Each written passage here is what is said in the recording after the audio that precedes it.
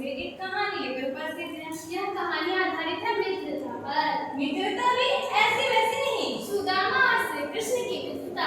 ये बात है द्वापर युग की, जब महर्षि सांदीपनि के आश्रम में श्री कृष्ण और सुदामा अध्ययन कर रहे थे। दोनों में गहरी मित्रता थी, साथ में खाना पीना उठना बैठना सब करते थे। पर समय का पहिया घूमता है और दोनों आश्रम से बाहर निकल जाते हैं। एक ओर श्री कृष्ण द्वारकाधीश बन के राज करने लगते हैं, तो दूसरी ओर सुदामा जो कि एक ब्राह्मण थे अपनी पत्नी के साथ भिक्षा मांगकर सामान्य जीवन यापन करते थे। कभी कभी तो सुदामा जी को भिक्षा भी नहीं मिलती थी। एक दिन निर्धनता से तप आकर उनकी पत्नी उनसे कहती है, ये स्वामी, हमने सुना है कि आपके परम मित्र श्री कृष्ण बहुत ही धनवान हैं, आप उनके पास क्यों नहीं जाते हैं उनसे अपनी सहायता मांगने?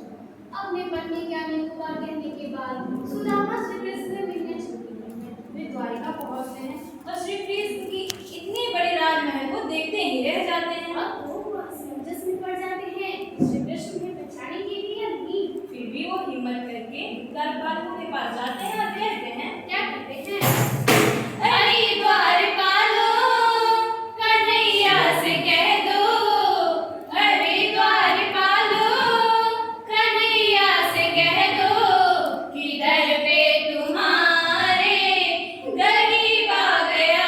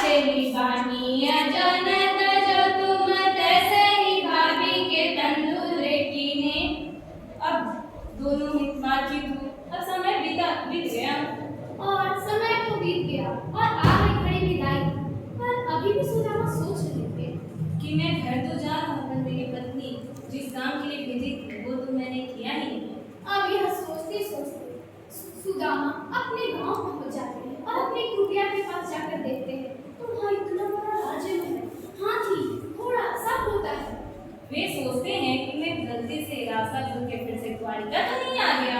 अब तो वो असमंजस में पड़ जाते हैं और सोचने लगते हैं। क्या सोचने लगते हैं? भौन बिरोगी बेउमर लोचत सोचत ही सब गाँव मचायो। पूछत बाड़े फिर सब सो पर झोपड़ी को कहूँ खोज न पायो।